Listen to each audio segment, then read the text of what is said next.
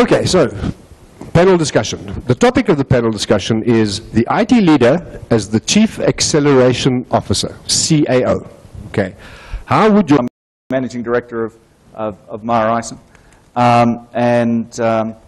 Let me just jump straight in and say that I think one of the key things for people to realize is that there is limited bandwidth within companies. So whenever we're talking about IT resource within companies, whether it's physical resource or whether it be people, there is a limited bandwidth available.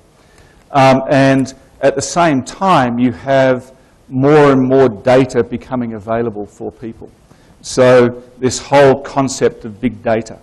So then taking this concept of I have more and more sources, how do I analyze it in a way that the rest of the team can, in fact, the whole company can use it in a constructive way so I can understand my business.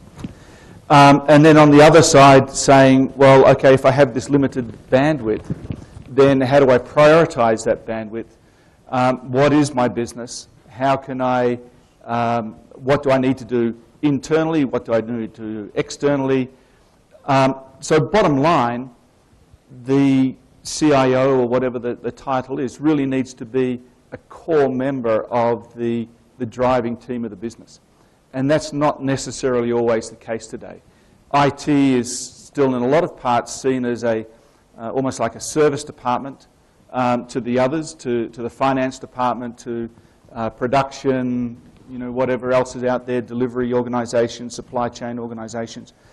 But unless one, on day one, gets the CIO into the table, the executive team table, and has him part of the discussion from day one, you're never going to move forward. At the same time, I think the requirements of the CIO therefore change in that not only does he need to be competent in technology, but he also needs to understand business. Because if you're going to be able to contribute sitting around as part of the executive team, just being competent at technology is not good enough now.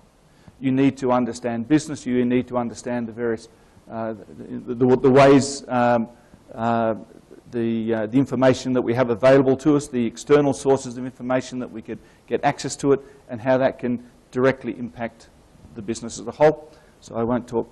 I think it was an introduction. I don't want to. But yeah. So, but bottom line, I think that the whole concept of what the CIO is needs to change, and that almost going back to the education that Jim was talking about there.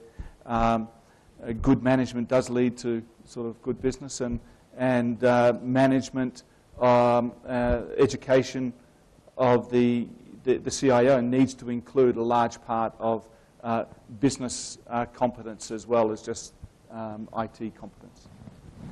Thank you, Bill.